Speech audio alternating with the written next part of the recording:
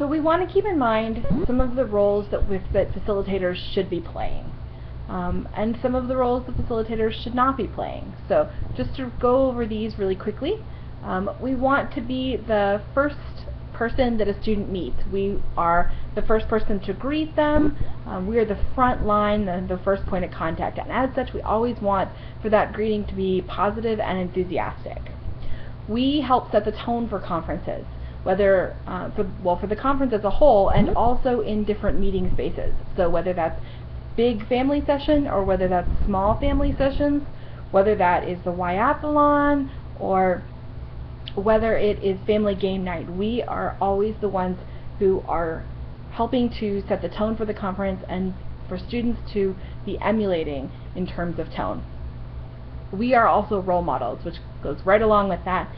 We are being watched by the students all the time, even when we're behind the scenes. So while we understand that this is a long conference and that there are going to be times when we need to step back, we want to make sure that anything that we say privately is not heard by any of the students, especially if that's negative venting or anything like that. Any venting that you do should be productive, hopefully.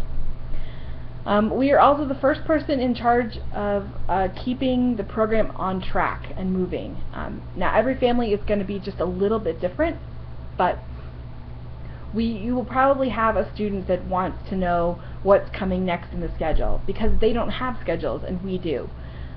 Often the best answer for them is participate, don't anticipate, but that's not a luxury allowed to us.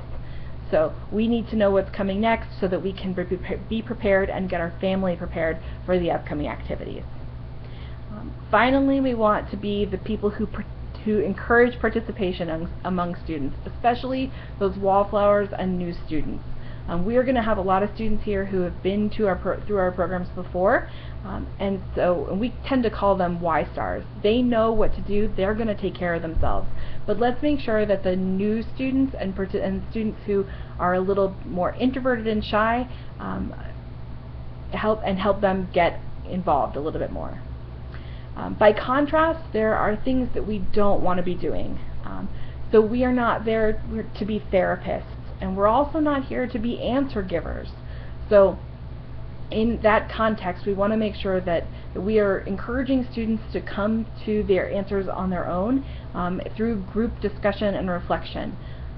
We are not advocates of any particular social or political agenda either. That kind of goes along with not being answer givers, because often they will look to us as people who are older and wiser and adultier, whether we are or not. But we need to make sure that we're putting them in a position where they can come to they can determine what they believe for themselves and come to their own answers. We're not there to be the stars of the show either.